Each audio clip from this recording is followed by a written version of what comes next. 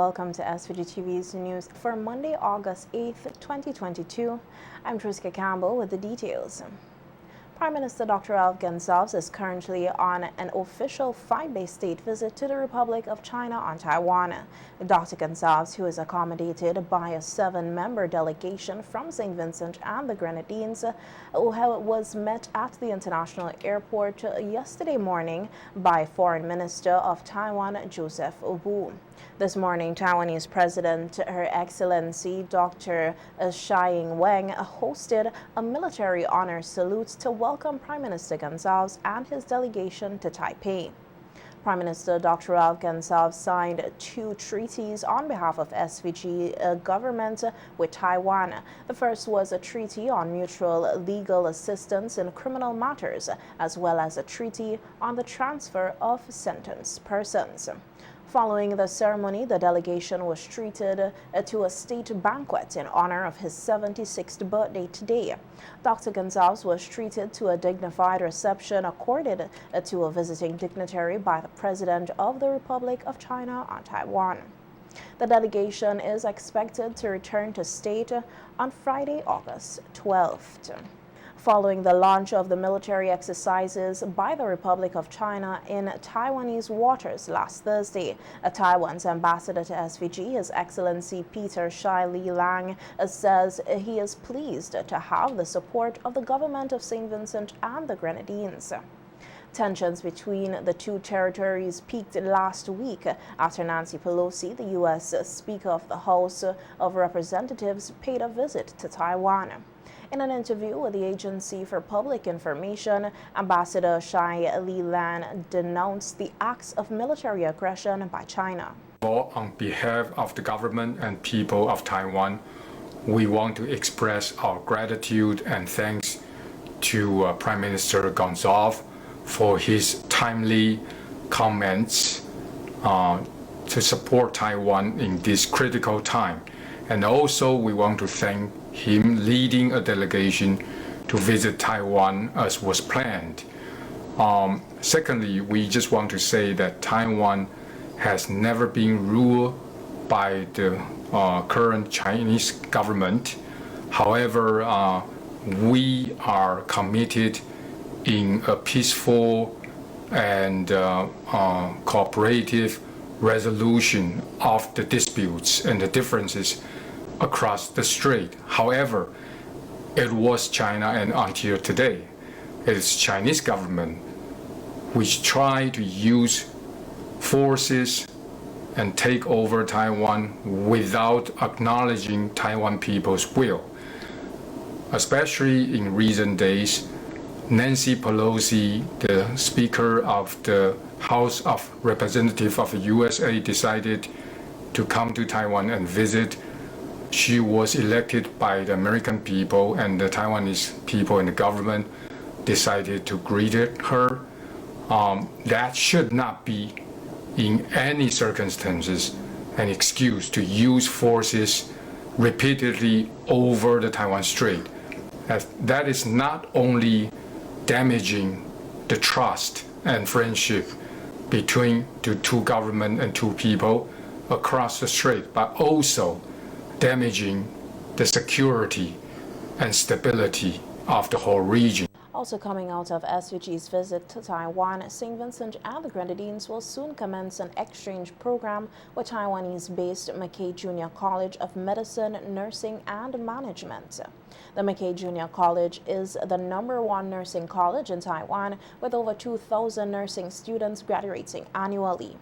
Speaking with the Agency for Public Information, which is also a part of the visiting delegation, Dr. Gonsalves said his objective is to further expand the successful nursing program in St. Vincent and the Grenadines. We just got a review of the work which they do here. And it's a very innovative approach of bringing persons 15 years from middle school and let them essentially finish their high school, but with an emphasis from nursing, and then to do their associate degree here in nursing. And it has a Christian base also. I want a team from St. Vincent to come here, professionals from our nursing school and also from here to come to St. Vincent and see what the possibilities we have. Dr. Gonsalves and the SVG delegation toured the college, and he says he is impressed with the work being done at the institution, adding that a memorandum of understanding will soon be signed. Signing a memorandum on post-secondary and higher education with the Minister of Education, and within that framework we want to see what are the possibilities. It's a very innovative way of addressing nursing education. I'm very happy, my brother Jerry, that you've helped us. A junior minister within the Ministry of Foreign Affairs, Senator Kesal Peters, has lashed out against the opposition, the New Democratic Party, for its interest in wanting to develop relations with mainland China, should the NDP form government in its next general elections. Speaking on WFM's issues at hand yesterday, Peters said she believes that because of the NDP's support for the One China policy, the party has been silent on the growing tensions between Taiwan and China. I am sitting there and the host is saying, well, this sounding as if St. Vincent is being ruled by China. And then I sat there and I was laughing. I even told my cabinet colleagues, when we went out not doing what the other day, I was telling them, I was laughing because this poor man don't know that NDP don't say they're going to break relations with Taiwan if they get into power to go with the same China. So I know that now they find themselves between a rock and a hard place because of what China is doing. And they have already pledged their support for this policy. So they can't speak on it. But yet they wanted to create confusion on the fact that our administration, or they were claiming that our administration was sympathetic to Russia when Russia invaded Ukraine. Open rebuke is better than secret love. You hear what I'm telling you? And our Prime Minister wrote a letter. In August of 2016, the New Democratic Party made an announcement on the prospective foreign policy shift from Taiwan to the Republic of China if elected to government. The newly installed Consul General to the United States of America, Randy Luther McIntosh, who assumed office on August 1st, expressed thanks to the people, the government, and Prime Minister of St. Vincent and the Grenadines for the opportunity to represent the country. On Friday, Prime Minister Dr. Gonsalves visited the consulate, where he engaged McIntosh about the plans for the consulate and for those people living in the diaspora. McIntosh reveals challenges that he faces as he adapts to his new environment. Well, has been a little challenging. Housing, still looking for housing. And You're in temporary accommodation? Yes. I would like to thank my family for being there.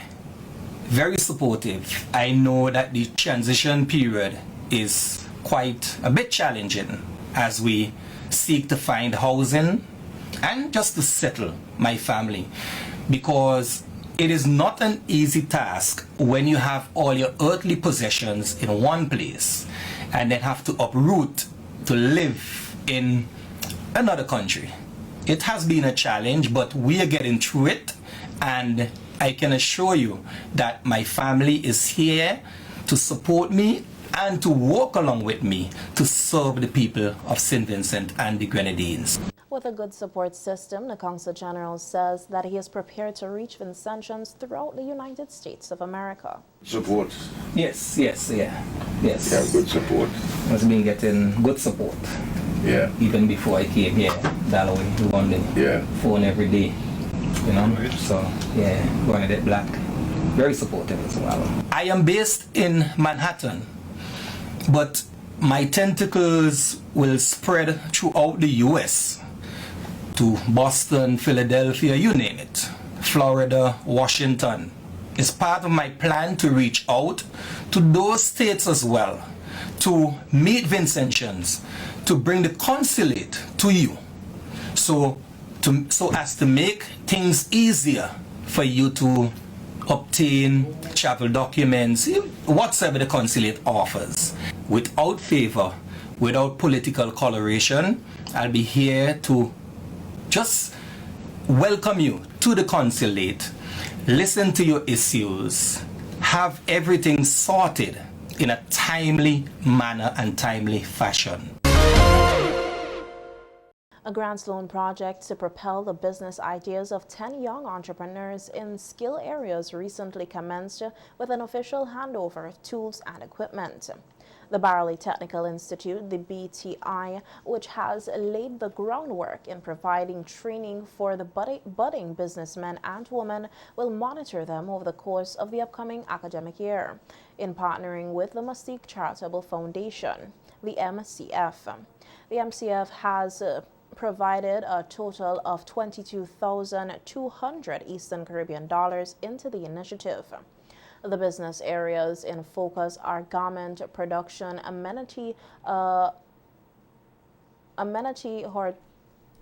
cake baking, decorating, housekeeping, and front office operation. And the beneficiaries are expected to adhere to clearly articulated provisions of the grant loan agreement. These include participation in at least 3 training sessions organized by the Center for Enterprise Development, even upon completion of their training at the BTI, and presenting to the Institute of Financial Records on a quarterly basis for the first year of operations to reflect the return of the investment. Speaking at the official handing over ceremony, the grant awardees say that they are grateful for the opportunity to kickstart their businesses. There were challenges because I had to toggle between home and school, and sometimes when I go home I have to deal with my kids, and sometimes I have assessments and I have to assist them with also their schoolwork. So that was a bit of a challenge. I'm going to venture off in chicken and fries and a small business. I'm hoping that in the future that my business is expanded and that I can meet more customers and I can build my business and secure a future for me and my family. I did face a bit of challenges based on the fact that I started a bit late. The course started in September and I started in December. So a few of the things that they were doing, I was a little behind, but due to the help of my teacher and classmates, I got the chance to get back on track with everyone else. I see my business expanding in the next 3, 4, 5 years.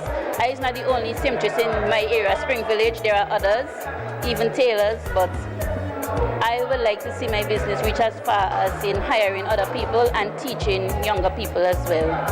I study landscaping. I see our business as going out there and helping people. It's an opportunity for us to go forward to help out in the community. Like, for instance, like if people get work, they could come and call us, help them and everything. This area is a good area for helping ourselves as new entrepreneurs, helping ourselves out instead of depending on other people. The only challenge I have going to the Barley Technical Institute is to prepare my kids for school while I'm going to school, and sometimes my housekeeping work are very heavy on me. That is the only challenges I face. But other than that, everything was okay. The future of my housekeeping career is to invest in a laundry service on the Leeward Coast. In other news now, police have arrested and charged 3 laborers with the offense of theft. 25-year-old Romando Rodriguez, 28-year-old Orlando Rodriguez, and 23-year-old Gerard Job are accused of stealing 130 avocados valued at 130 EC dollars, the property of a 55-year-old businessman of Fairhall. The fruits were allegedly stolen at Fairhall at about 8 p.m. on August 4th, 2022. The accused persons are expected to appear before the Calico Magistrate Court to answer to the charge. Also charged with stealing avocados is Jamal Dunbar, 32-year-old laborer of Rillan Hill. Dunbar allegedly stole 346 avocados valued at 346 EC dollars, property of 53-year-old farmer of Rillan Hill. The fruits were stolen at Rillan Hill between 12:40 a.m. and 6:15 a.m. on August 7th. Meanwhile, 28-year-old Jamal Carter, a laborer of Sally Spring, was arrested and charged with stealing 2 bottles of Sunset Strong Rum valued at 96 EC dollars, the property of Randy's Supermarket Limited, stolen in Arnessville on August 4th around 10:30 a.m. The accused are expected to appear at the Calicourt and the Kingston Magistrate Courts to answer to the charges.